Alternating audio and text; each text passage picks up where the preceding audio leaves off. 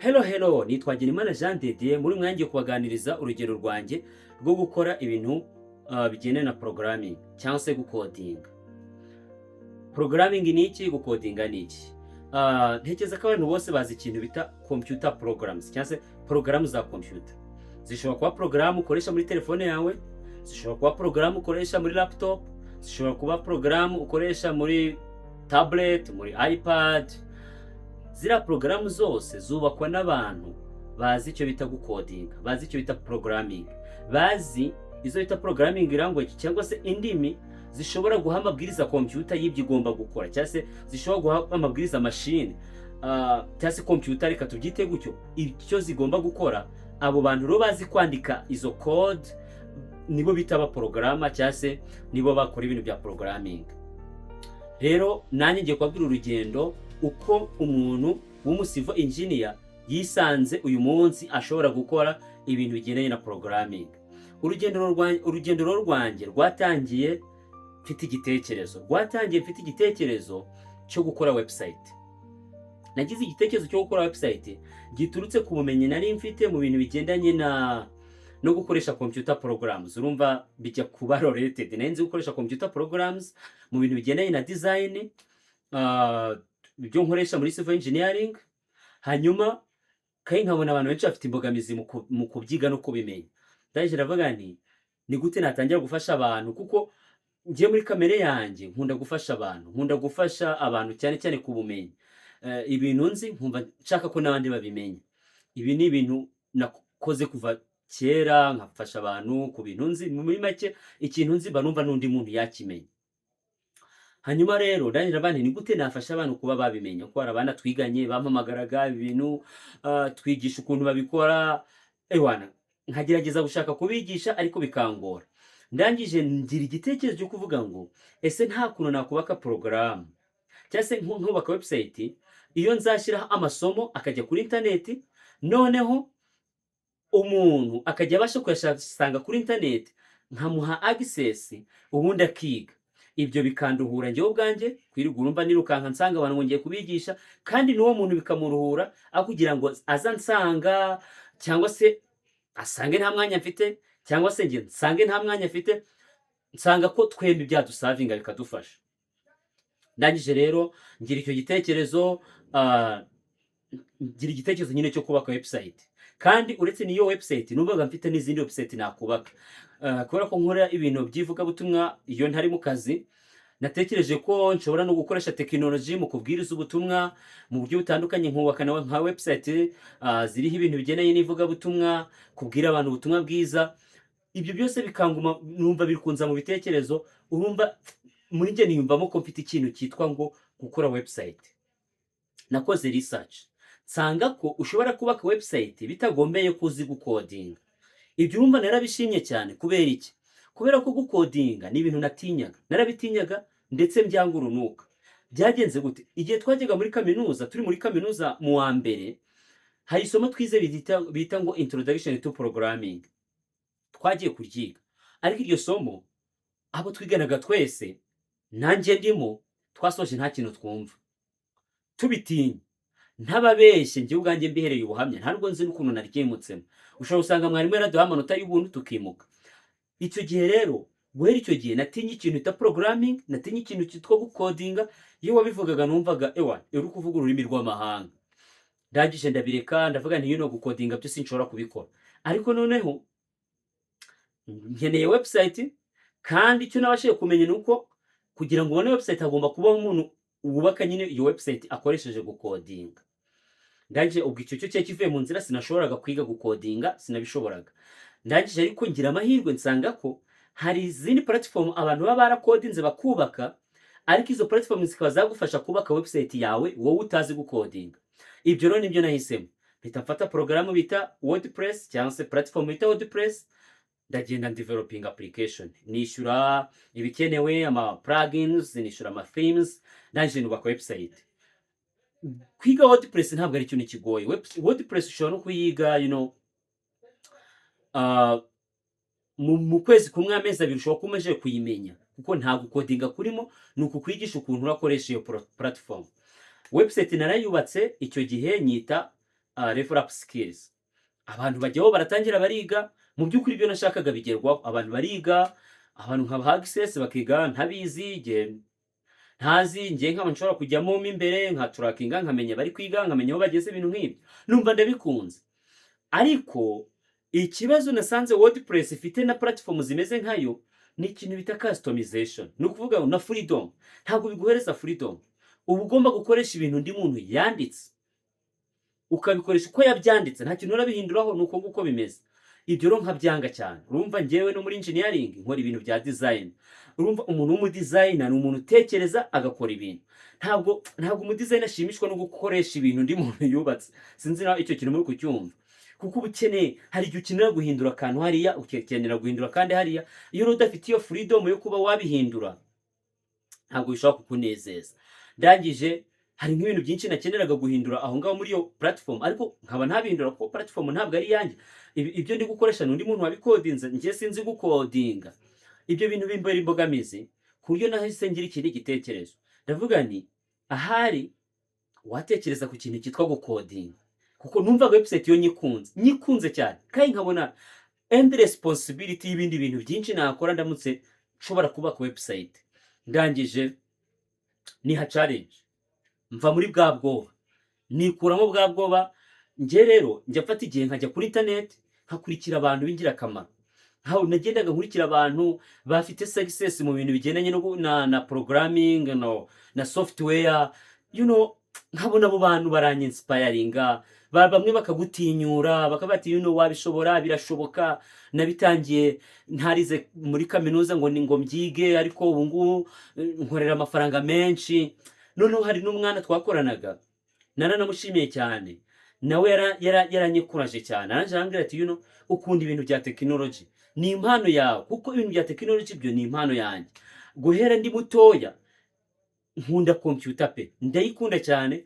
Urumva no mu kazi muri engineering ni enjoyinga gukoresha computer, nkora ama design, nkora design zitandukanye z'ibiraro, amazu, nkora drafting z'ibintu bitandukanye, kandi bikanyorohera. Nk'ubu nzi gukoresha computer mu bintu byinshi, nyamara ntabwo nigeze njya hano ngo nicare nyige. Ahubwo iyo mvuze ngo nshaka gukora iki kintu nkafata computer, mbona nyine nshoboye nkagikora. Ibyo rero ndangije mbona ko ari tara yanjye.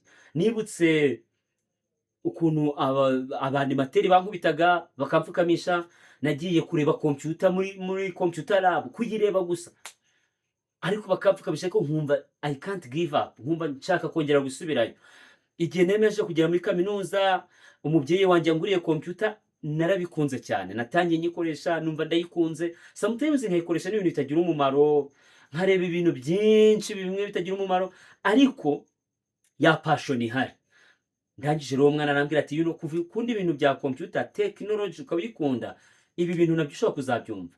Ndangije ndatinyuka, niga HTML, niga CSS, niga JavaScript, kubera ko umuntu wese ushaka gukora web development ibyo nibyo bagomba guhera. Ubundi ibintu bya software ni ibintu byagutse, haba harimo ibintu byinshi ushobora gukora, ariko by'umwihariko iyo ugiye gukora web development uba ugomba kwiga CSS, ukiga HTML, ukiga JavaScript.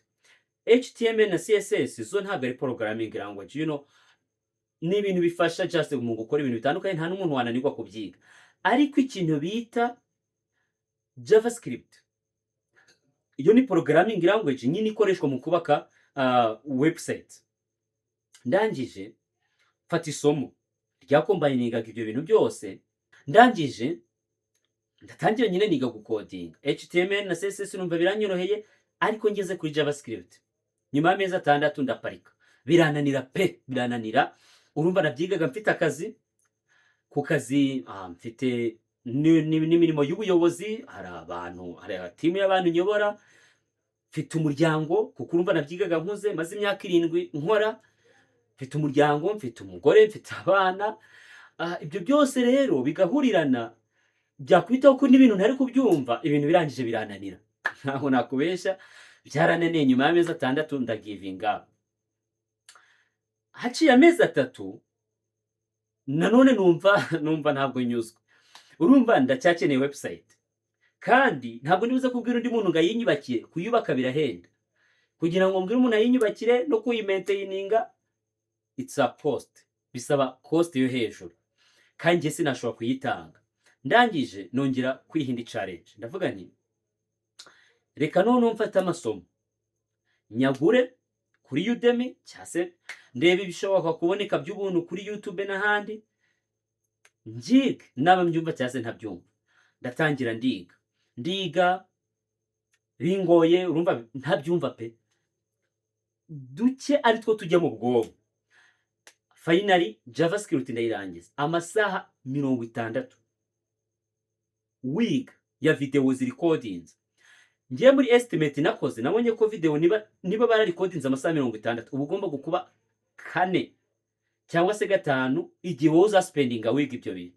Ubwo nuvuga ngo ushobora gusanga ari nk'amasaha arenga 200 ngiye na spendinze niga JavaScript. Ariko finally ndayirangiza ntakubeshe ntababeshe pe, nayirangije ntabyumva, ariko mbikunze cyane, ariko ntari nabyumva kuko urumva JavaScript ni language ibindi byose bizubakira. Urumva n'ubundi uyirangiza utapfa kubaka website ifatika. Ababizi ushobora gukoresha icyo bita DOM manipulation, ugahuza DOM manipulation na HTML na CSS ukubaka website. Ariko iyo website ibiri simple. Kugira ngo ubake website yayindi website wenda tuvuge nka WhatsApp cyangwa se wenda e-commerce websites, ama website afatika yandi akomeye meza bigoye nka za YouTube. Kandi urumva nibyo byari passion, nibyo byari target yanjye, nibyo nashakaga. Kugira ngo ubyubake biba gusaba kwiga backend, ukiga n'icyo bita frontend, none ukabyiga byimbitse. Backend na frontend ni iki? Backend no kamere kuri frontend ni bya bindi ubona iyo ufunguye website. Iyo ufunguye website hari ibintu ubona, tuvuge niba ugiye kuri internet ukandika igihe.com, hari amakuru ahitaza, amakuru y'imikino, imyidagaduro, ibi amakuru agezweho, ibintu byose nk'ibyo ukabibona buri bintu mu nguni zitandukanye. Biriya nibyo bita frontend, nibyo umuntu abasha kubona, ni client, ni UI. Ariko umenya ngo ibyo bintu hari ahantu biri kuva, aho niho bita backend. Tuvuge ugiye kuri website uwujuje form urasubmitinze, iyo form igiye hehe? Iyo form ifite ahantu igiye. Aho rero umuntu wahateguye akahagena icyo bita server, ibyo bita database, kubihuza ibyo byose, ibyo bikorwa n'umuntu uzi backend. Rero urumva njyewe nari nkeneye gukora UI kandi nkakora na backend kuko nashaka kuba ku website yose ikarangira. Ntabwo nahisemo kwiga byose kuko niyemera numva nabishobora, ahubwo nabihisemo kuko nta yandi mahitamo nari mfite. Nashakaga kuba ku website kandi yuzuye, sibyo? Iyo umuntu ari kwiga gukodinga agamije gushaka akazi gusa, hari ubwo ahitamo kwiga frontend gusa cyangwa se akiga backend gusa. Umuntu akagenda agashaka akazi as a frontend developer cyangwa se akagenda agashaka akazi as a backend developer. Ariko habaho n'abantu baba bashaka kubaka website yose bakayirangiza, abo babita aba full stack developer. Abo rero nibo nifuzaga kuba bo. Kubera iki? Kuko nashaka kubaka ama website yanjye, igitekerezo mu cyumba, nashaka kubaka ama website yanjye, hanyuma byose ndabyiga. Niga iyo bita Node.js for the backend. Ubwo numva ngo Node.js yubakiye kuri JavaScript namaje kwiga. Niyo bita React, library yitwa React nayo yubakiye kuri JavaScript, ndabyiga. Ayo masomo nayo yarangije, rimwe ryari rifite amasaha 50, irindi rifite 49, nayo yateranyije na amasaha agera ku 100. Ubwo ukubye 5 kugira ngo bisoze amasaha ari nka 400. Ariko nari hanganye ndabyiga, kandi ngo ndi kubikora niko mfite n'akazi, niko mfite n'umuryango ngomba kwitaho. Ariko ndabyihangana bitewe nuko nari mbikunze, narabishakaga, ndaje ndabyiga. Finally React ndayisoza na Node.js ndabisoza. Wumve ko mvuze ngo ndabisoza, ntabwo mvuze ngo ndabimenye.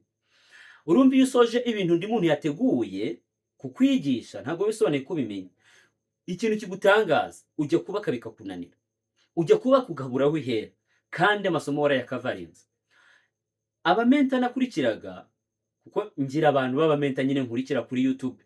Hari abantu benshi bajya kuri YouTube bagaspending igihe cyabo bagipfusha ubusa bareba ibintu bitagira umumaro, ariko buriya hariho n'abantu batanga ibitekerezo byiza by'ingirakamaro. hari ibinyamakuru ushobora kujyaho, ama newsletter, bakakohereza inkuru za buri munsi muri mail yawe nziza zihura n'icyerekezo cyawe. Bakomezaga bamotiva, bakavuga ati numara kwiga izi basics uzafata umwanya wubake website yawe, waba ubyumva cyangwa utabyumva uzagerageza. Ndangije nicyo nakoze, kuko hari ikintu bita tutorial here, kugenda ukaguma ukonsoma ama tutorial kuri YouTube abandi bakoze, ariko wowe udashobora kubaka ikintu cyawe. Icyo kintu rero bakubwira inama kukirinda. Icyo kintu nanjye nahisemo kukirinda. Ndangije React, ndangije JavaScript, ndangije Node.js, nahise mfata intego yo kubaka website yanjye. Website nahereho ni yayindi nashakaga kubaka. Ntabwo nayubatse yitwa Level Up Skills nkuko nahise mbere, ahubwo nayihinduriye izina ndari brandinga, nyita Prestige Learning. Prestige Learning, iyo website n'ubu ngubu kuri internet iriho, narayubatse irarangira, nshiramo ibintu nshaka, na bya bindi byananiraga mbere, ubu noneho mbasha kubikora nabishizemo. Nicyo rero nakunze, ndayishimira.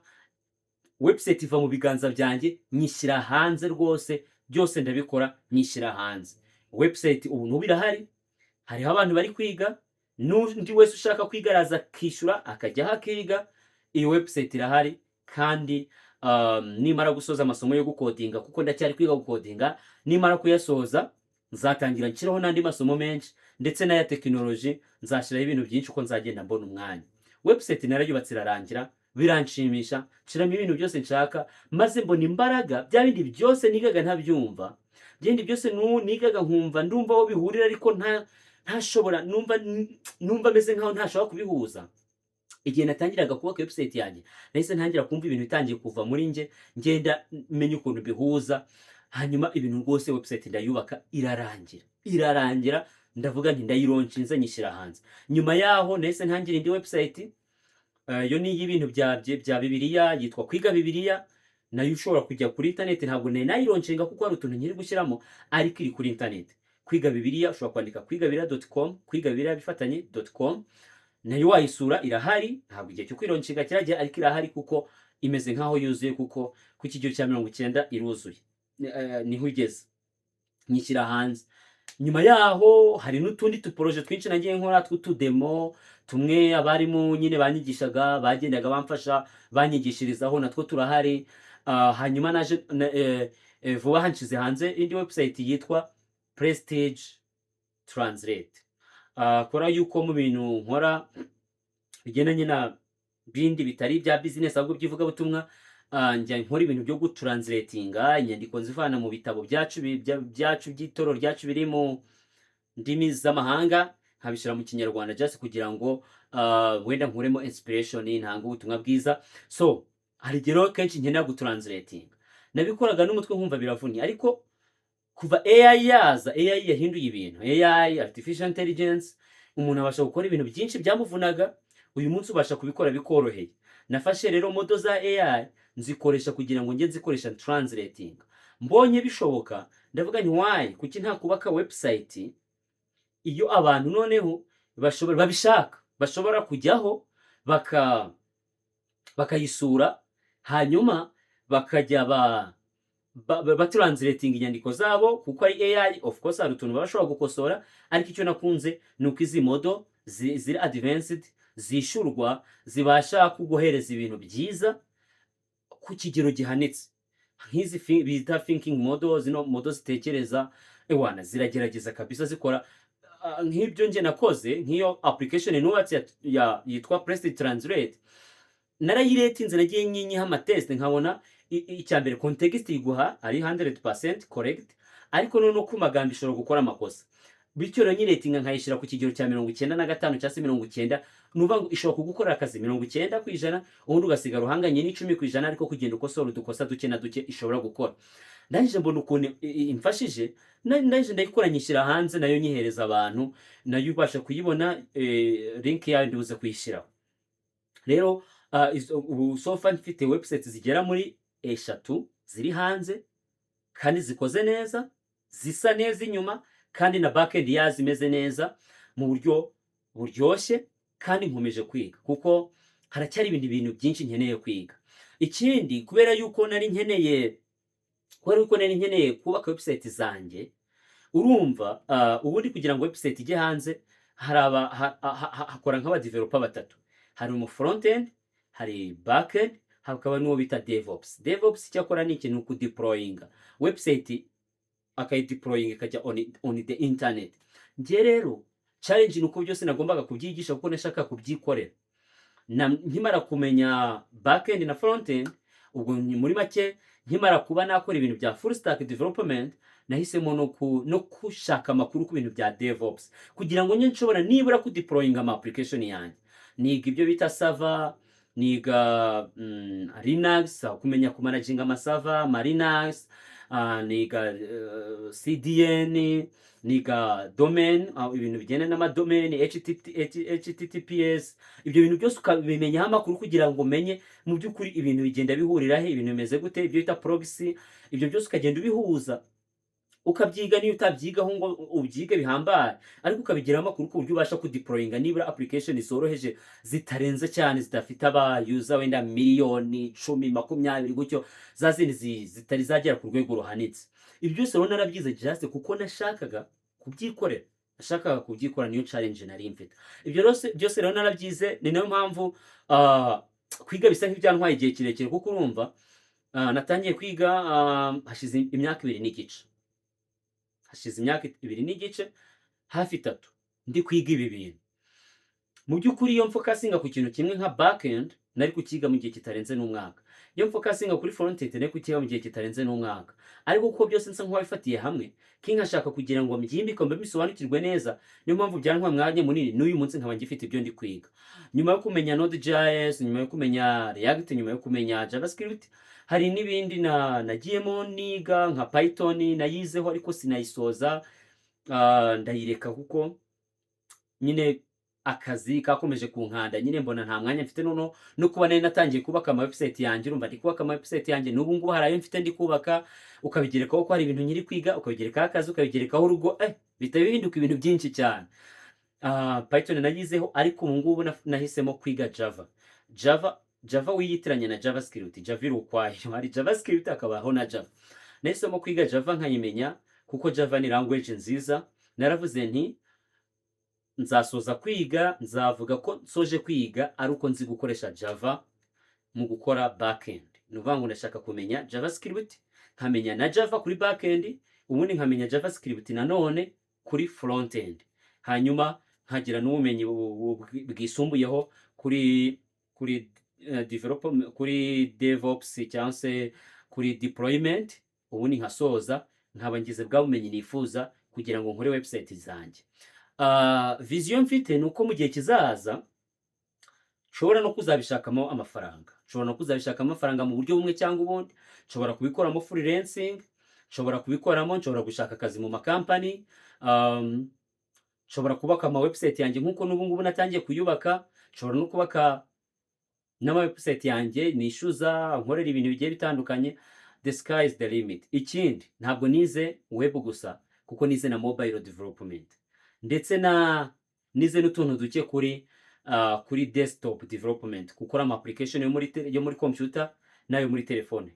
Ayo muri telefone yo narabyize, ndanabimenya, ariko focus yanjye yari yo kwirinda kwiga ibintu byinshi, kuko hano ugomba kwirinda kujahaguri kuva muri kimwe ujya mu kindi. Na focusinze kuri JavaScript. Rero JavaScript ni language nziza kuko ushobora kuyikoresha aho hose. Ushobora kuyikoresha kuri web, ushobora kuyikoresha kuri desktop, ushobora kuyikoresha kuri mobile. Nko kuri mobile nkoresha iyo bita React Native, uyihuje n'icyo bita Expo. Ubasha gukora ama application yo muri telefone meza. Mu gihe kizaza nzatangira gushyira hanze ama application yo muri telefone ku bintu bitandukanye, kuko mfite nk'iyo ndi kubaka ya kwiga Bibiliya, mfite iyo ndi kubaka yo kwigisha abantu Icyongereza. Hanyuma rero iyi video umugambi wayo wari uwuhe? Umugambi w'iyi video wari uwo gufasha abantu, nko gutinyura abantu, kuko nkuko nabivuze muri video, ngiye nkunda kumotiva abantu, kubigisha, kubereka uburyo ibintu bishoboka, n'ibyo ndetse bashobora kuba batinya, batekereza ko batabishobora. Niyo mpamvu urabona nkanjye nize gukodinga cyangwa programming, ikintu abandi batinya, natangiye kubyiga mfite imyaka 31, mfite umugore n'abana, mfite akazi nkora full time, kandi mfite n'inshingano z'ubuyobozi, mfite abantu managing ibintu byose nk'ibyo, ariko mbasha kubikora. Rero ikintu biba bisaba ni discipline, bigakenera n'icyo bita consistency, guhozaho nturambirwe, ugashyira ikibuno hasi ugakora. Ikindi ukagira discipline, ukamenya kwikontorora, ukamenya nyine kwimotiva, ukamenya gushaka motivation aho zava hose, ubundi ugakora ibintu. Hanyuma abantu bakiri batoya, abana b'imyaka 20, abantu barangije kaminuza, abantu babuze akazi, mu by'ukuri ubasha kujya kuri internet, hari amasomo nko kuri Udemy, amasomo yaho ntabwo ahenda, nko kuri YouTube naho haba ari amasomo, hari iyo bita free code camp, ibiriho amasomo y'ubuntu, nubwo wenda quality ushobora gusanga zitandukanye, ariko uramutse ushaka kwiga, uramutse ushaka kugira icyo umenya, ushobora no kubigeraho utanahenzwe cyane. Ikindi na hano mu Rwanda ubwaho hariho abantu cyangwa se sinzi nabita amakampani cyangwa iki, bagerageza kumotiva abantu bakiri batoya kugira ngo bige ibintu byo gukodinga. Ubasha kubabona nk'abitwa Alex n'abandi bagiye batandukanye. Rero it's up on you. Ibintu byitwa gukodinga bigira amafaranga menshi. Njye ntabwo nari natangira kuyarya, ntabwo nari nabyinjiramo cyane, urumva ndacyari no kwiga, ndacyari kwiga Java, ndacyafite utuntu nshaka gushyira ku murongo kuko mfite intego yo kubimenya, nkabyumva neza, nkabikoresha mu maproje yanjye. Ariko mu gihe kizaza mfite vision ko nshobora no kuzabibyazamo amafaranga, nkakora nka freelancing, nkakora ama application yanjye, cyangwa nk'aba employed, nkakorera nk'undi muntu yapfa kuba ari kumpa amafaranga afatika. So ibi bintu rero ni ibintu bibamo n'amafaranga, kandi hari n'abantu bica intege ngo AI, ngo artificial intelligence, ngo mu gihe kizaza ngo AI ngo zishobora gukodinga, ngo bityo ngo abantu bakodinga ngo nyine ngo birangire. Ariko yes, birashoboka, AI irakoreshwa cyane, ndetse hari ibintu byinshi ikora, ariko byange bikunde yaba AI izagira abantu bayikoresha, ndetse na AI ubwayo yubakiye kuri programming. So urumva ko rero byange bikunde mu program azahoraho programming, ibyo byo ntibizigera bihagarara. Ushobora guprogramming iyo AI ukayikoresha ahubwo wubaka ama application yawe, wubaka y'abakiriya baguhaye, ibintu byose nk'ibyo. The sky is the limit. Ntukice intege, ugomba kuba optimistic, ugahora ufite mu ibitekerezo bigutera courage, atari ukwica intege. Ariko abantu bakiri bato, amahirwe ni ayanyu kugira ngo wige ibi bintu, ntukabitinye. Narabitinyaga, ariko ngezeho ndabitinyuka, kandi mbitinyutse bingirira umumaro, ndabyiga ndabyumva. Why? Kuki utabyiga ukabyumva? Niba ubona ibintu bya technology bikunda, ibi bintu wabyiga ukabyumva. Niba warize imibare, ukiga za math, physics, ukiga za biology, ukiga za chemistry, ukiga za physics, ukiga imibare, ibi ntabwo byakunanira. Icyo gusaba ni discipline na consistency.